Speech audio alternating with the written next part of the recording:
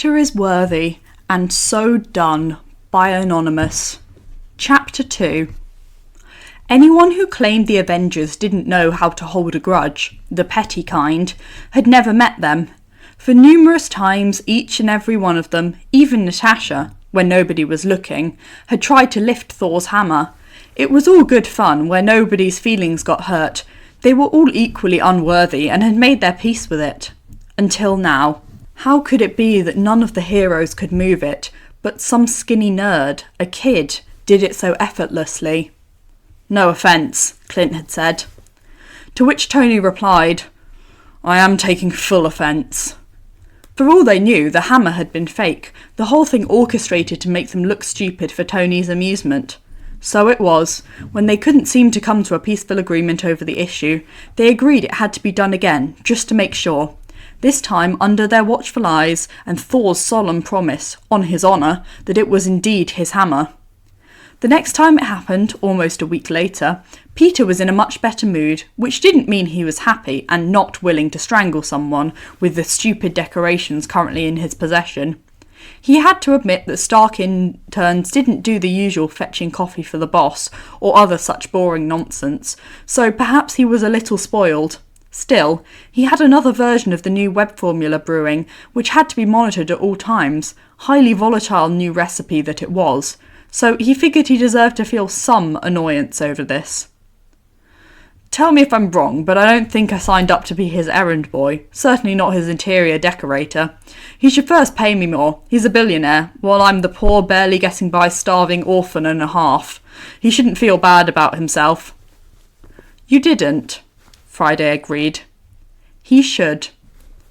Then why, Peter complained as he dropped the box of decorations on the floor, staring at the bizarre location where hardly anyone would find themselves in, unless they got lost. Why am I doing this? Where am I? Are you sure I'm in the right place? Yes. You're ignoring my first question, aren't you? Friday didn't answer, which couldn't be a good sign. Peter stared at the open box where he could clearly see the red and gold decorations and even a smaller full box of ridiculously big nails, but nothing else. How am I going to do this? With magic? There is a hammer you may use, Friday helpfully pointed out. That's when he spotted the hammer, which looked vaguely familiar, but he was more thrown by the randomness of it all. A big-ass hammer that was just sitting there on the floor, almost as though someone had left it there on purpose. Seriously? Right, this isn't at all suspicious.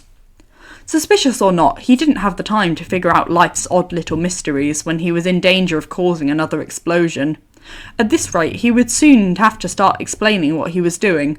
Answers he didn't have, about a strange-looking sticky white fluid all over the place. Peter shuddered at the mental image of explaining that to Stark, or worse, someone like Pepper Potts. When he picked it up, the hammer was quite light, and he was worried it wouldn't last through the first nail. To his surprise, it did, all 7 of them. Too distracted to wonder about the sparks that came every time the hammer hit a nail, Peter only worried about the sudden thundering that was coming a little too close. Of course the weather is going to turn bad when I'm close to getting home. Typical Parker luck, he muttered bitterly as he hit the 6th nail, maybe a little too angrily. This time the whole tower shook. Friday sounded hesitant when she said, "Perhaps." She never got the chance. While hammering at the nail number 7, the tower shook again, and then there came a heavy crash as the vent close to Peter's head fell open, spitting out Natasha and Clint. Peter stared, unsure how he was meant to react. A screaming fanboy? Sadly, he was way past the hero worship, after having gotten to know the Avengers a little too well for his comfort, but they didn't know that. Should he play it cool? Black Widow and Hawkeye, he finally croaked. Peter Parker, Natasha said, looking as though she hadn't been caught spying and crawling in the vents. Nat, Clint wheezed out, you're crushing something important, I'm begging you. Natasha huffed and rose to her feet, gracefully, unlike Clint's undignified wobbling. She glanced at Peter's hands, nodded her approval, and dragged her protesting partner out of the room. Approval for what? Peter wondered, staring in confusion at the closed door. He was reaching for nail number 8 when Stark burst into the room, screaming, "Parker!" Peter froze, expecting to hear a lecture of some kind. Had something gone badly wrong with his experiment? Was he fired? Had Stark figured out he was Spider-Man? Wait, why was he followed by Captain America and Thor, who was grinning from ear to ear? Why were all the Avengers here? "You're all here," he said dumbly. Contrary to popular belief, that was rarely the case. When the Avengers didn't work together, they usually had their own missions or a life to live. Is something wrong?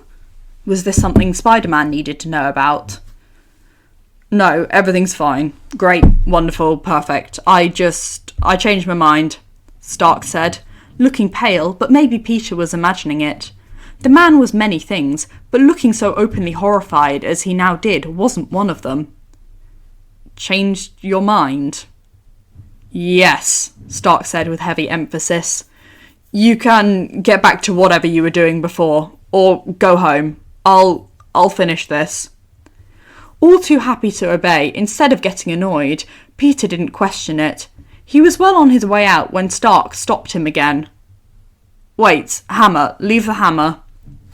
Getting tired of feeling confused, Peter looked from Stark to the others, all staring at him in a manner that made him want to crawl somewhere small, dark and high, until he remembered the hammer. He'd forgotten all about it. "Oh, right, sorry." He left it in Thor's waiting hands. That gave him a pause and a nagging feeling at the back of his head, and left in a hurry, the tower suddenly feeling too small. "He is worthy," Thor boomed proudly, and the tower shook once more. Tony spent the remaining week bemoaning over the damage done to his wall, and trying and failing to remove the nails from it, and making sure his tower wasn't in danger of collapsing. Thank you for listening. I hope you enjoyed this chapter. Have a lovely rest of your day.